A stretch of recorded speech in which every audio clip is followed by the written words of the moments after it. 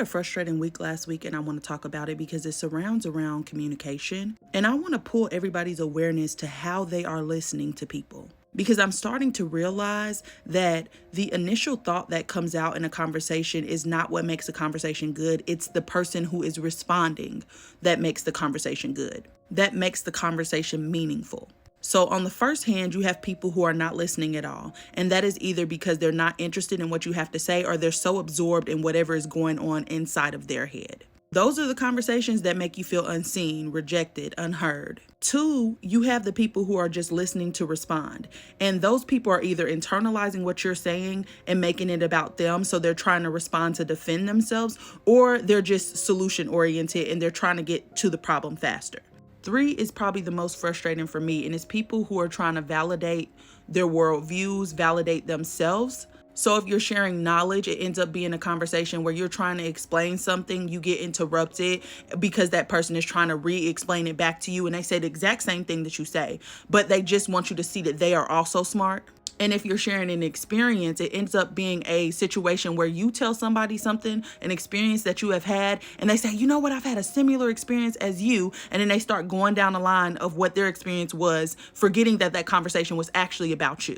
They center themselves in the conversation.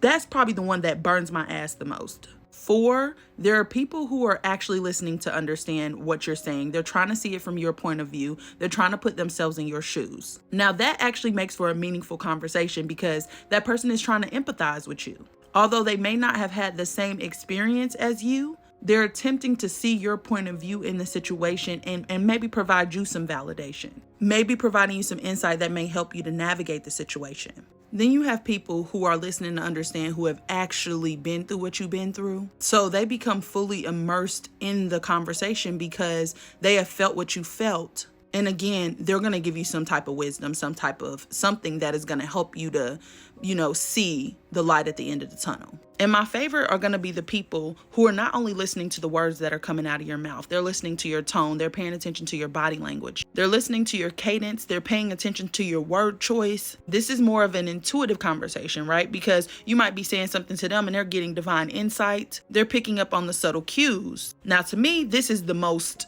in-depth connection that you can make with somebody. This is usually where I sit.